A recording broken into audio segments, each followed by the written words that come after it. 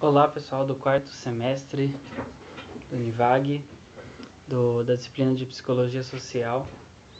Sou o professor Arthur e eu vim preparar aqui, fornecer para vocês esta videoaula de revisão. Nesse primeiro bimestre a gente trabalhou com algumas correntes de Psicologia Social e para depois a gente trabalhar em algum projeto a partir de alguma delas. Vou falar então da revisão da prova. Sobre a psicologia sociohistórica, né, a gente trabalhou a partir do texto O que é Psicologia Social, da Silvia Lani, e algumas coisas importantes para a prova são a respeito da linguagem, né, enquanto uma vantagem evolutiva para nós mamíferos, né, que nós recebemos essa linguagem, né, junto com uma possibilidade de sobreviver.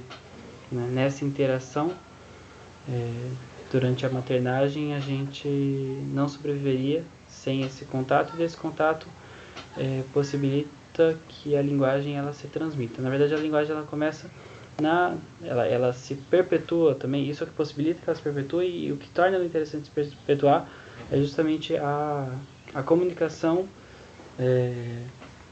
das ações necessárias no trabalho, né, para executar, sei lá, produzir alguma coisa no trabalho. Então, algumas outras coisas importantes também a respeito dessa linguagem, sobre a identidade, né? Que a identidade às vezes aparece como uma expressão de uma forma de ser, sendo que a identidade ela tem, para a psicologia sociohistórica, uma série de determinações, né, que vem da sua história, que vem da dimensão ideológica dessa linguagem. Por exemplo, a divisão social do trabalho, né, onde alguns são considerados que têm um trabalho manual e outros que têm um trabalho intelectual. Os que têm um trabalho intelectual, eles pensam, eles têm autoridade, eles são considerados respeitáveis, e as classes dominadas, oprimidas, elas acabam, em vez de tentar lutar pela transformação, tentam se identificar com a classe dominante. Uma coisa importante também para a gente falar sobre isso é que justamente esse trabalho intelectual ligado a uma autoridade, a dimensão ideológica, ela, na verdade, ela tem uma consistência, né? Se ela não tivesse argumentos consistentes, ela não conseguiria justificar a sociedade como é, com essa proposta conservadora. Então, não adianta a gente pensar que a ideologia é uma coisa simplesmente falsa e frágil. Mesmo que ela seja, é uma forma de ver a realidade que impede a mudança e que torna a realidade cômoda, às vezes por processos de naturalização. E outra coisa que acontece são as normas, né? As normas e os papéis sociais, né? As normas, é bom a gente entender que elas não são não tem lugares que tem normas e lugares que não tem normas, mas sim que as normas elas vão desde coisas de bom tom até leis claramente dizendo que é proibido fazer isso, é proibido fazer aquilo. Bem, de coisas fundamentais da psicologia sociohistórica para revisão para a prova, acho que isso já dá conta. Sobre a escola de Chicago, né? Uma coisa interessante é que ela é pouco conhecida no Brasil. Né? O que aconteceu? Para começar, que a gente tem o costume de achar que todas as psicologias produzidas nos Estados Unidos são psicologias acríticas, né? O que não se aplica para a escola de Chicago. Justamente ela perdeu força porque perspectivas como a do Gordon Allport, né, que era uma perspectiva positivista, considerava a proposta da interdisciplinariedade, da psicologia conversando com a sociologia, com a filosofia, como uma coisa menos desejável cientificamente do que pegar uma psicologia padrão já, uma psicologia de referência, que é a psicologia experimental, aquela feita nos laboratórios e tal.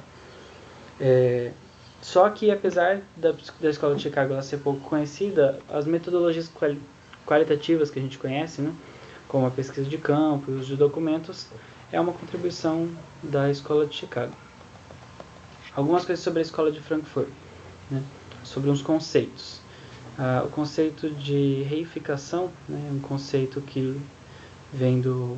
que um autor que trabalha é o Lukács, não sei como pronuncia direito o nome dele, mas que ele fala que a reificação é um grau máximo de alienação, né? Onde o trabalho ele vira meramente um valor monetário de troca. Tem também a dialética negativa, que é uma metodologia, um método, um procedimento de recusa de lentes de realidade que não transformem, que justifiquem e que naturalizem as desigualdades sociais. A gente também tem o conceito de indústria cultural, que é essa apropriação das produções artísticas e culturais em função da economia, né, do capitalismo. E a gente tem também a micrológica, né, que é essa arte de escolher um detalhe para fazer uma análise sobre uma coisa mais ampla, ou do todo, né, que foi elaborado pelo Walter Benjamin e contou com contribuições do Adorno. Na verdade, o Walter Benjamin ele produziu também a noção do pesquisador flaneur, né, ou na verdade, não sei se ele produziu, mas ele que era o pesquisador flaneur por excelência. Não dá para dizer que exatamente ele produziu. Ele produziu também, mas não foi só ele que criou, né? Que é essa proposta de perambular pela cidade sem ter um destino e se deixar afetar, se deixar contar com essas contribuições da cidade, perambular e perceber coisas que estão ali pairando as relações. Também uma coisa interessante na Escola de Frankfurt são as contribuições de Freud, né, que foi trazido inicialmente pelo Erich Fromm, um autor que posteriormente acabou adequando a umas propostas estadunidenses mais autoajuda, assim, né? Mas no começo ele contribuiu para essa chegada do Freud, que é um autor que ele recusa essa crença no projeto iluminista, essa fragilidade ele aponta a fragilidade do projeto iluminista quando ele fala do mal-estar na civilização, né? Que a gente se mantém junto em cultura, em sociedade, mas que isso leva a perdas, né? Que isso leva a alguns mal-estares, alguns tensionamentos, algumas contradições que não se dispersam facilmente. Daí uma outra abordagem da psicologia social interessante, que é a análise institucional, né? Que foi um termo cunhado pelo Guattari a partir, né, da proposta do Loraux. E tem vários nomes, né? Que o Loraux fala de socioanálise, daí tem o institucionalismo, tem a esquizoanálise, que também é proposta pelo Guattari, e essa terminologia, e a autora, Eliana Rodrigues, ela começa apresentando alguns pontos em comum, não incomuns, né? Entre essas abordagens. Por exemplo, a preocupação em problematizar o que parece natural, né? O interesse em transformações no campo da saúde mental, educação, entre outros. A recusa de compreender uma coisa apenas a partir do olhar da psicologia, né? Sempre procurar também contribuições da história, antropologia, arte, etc. E constantes referências às relações de poder que permeiam, né, a produção do conhecimento. E além disso, a Eliana Rodrigues aborda sobre a história na França, né, da análise institucional na França, alguns pontos importantes, né? A análise institucional ela nasce de uma crítica ou de um diálogo com a esquerda, né? O Guattari ele é um autor da extrema esquerda, né? E inicialmente o Partido Comunista Francês ele começa a ganhar força durante as grandes guerras, né? Pela oposição ao nazismo, a franca oposição ao nazismo, e que acaba conseguindo entrar em peso no parlamento francês. Só que no momento da guerra de independência da Argélia, o parlamento, ele, inclusive os comunistas, o Partido Comunista Francês, foi contrário, né? O que gerou esse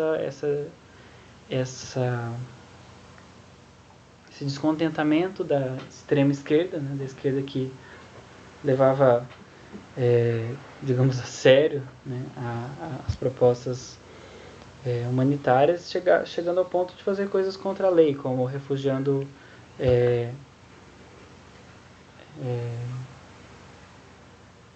pessoas que iam para a guerra, né, refugiados de guerra em hospitais psiquiátricos, né, que foi o que o Guattari fez. Uma outra coisa importante também nessa história é o relatório Khrushchev, né, que fez com que os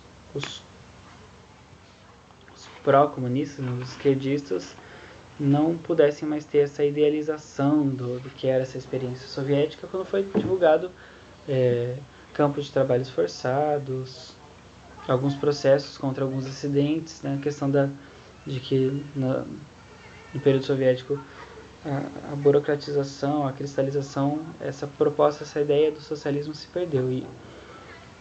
E a nacional ela é uma proposta, digamos assim, né, de extrema esquerda, sobretudo quando o Guattari chama isso.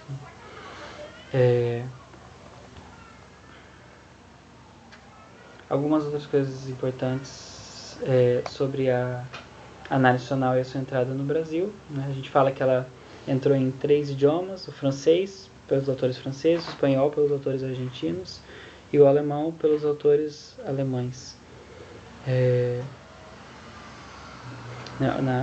De autor francês esteve lá passado ainda durante a época da ditadura, vindo para Minas Gerais, né, num congresso sobre psicologia e poder, e a participação, né, numa reforma curricular autogestionária no curso da UFMG. Teve também um movimento interessante dos psicólogos argentinos, dos psicanalistas argentinos que vieram para o Rio de Janeiro, e eles denunciando essa ideologia burguesa presente nas instituições psicanalíticas, tanto no nível teórico, técnico, investigativo, didático e econômico. Nessa denúncia eles se desvincularam da APA, né, Associação Psicanalítica Argentina, e da IPA, né, International Psychoanalytical Association, né, a Associação Internacional.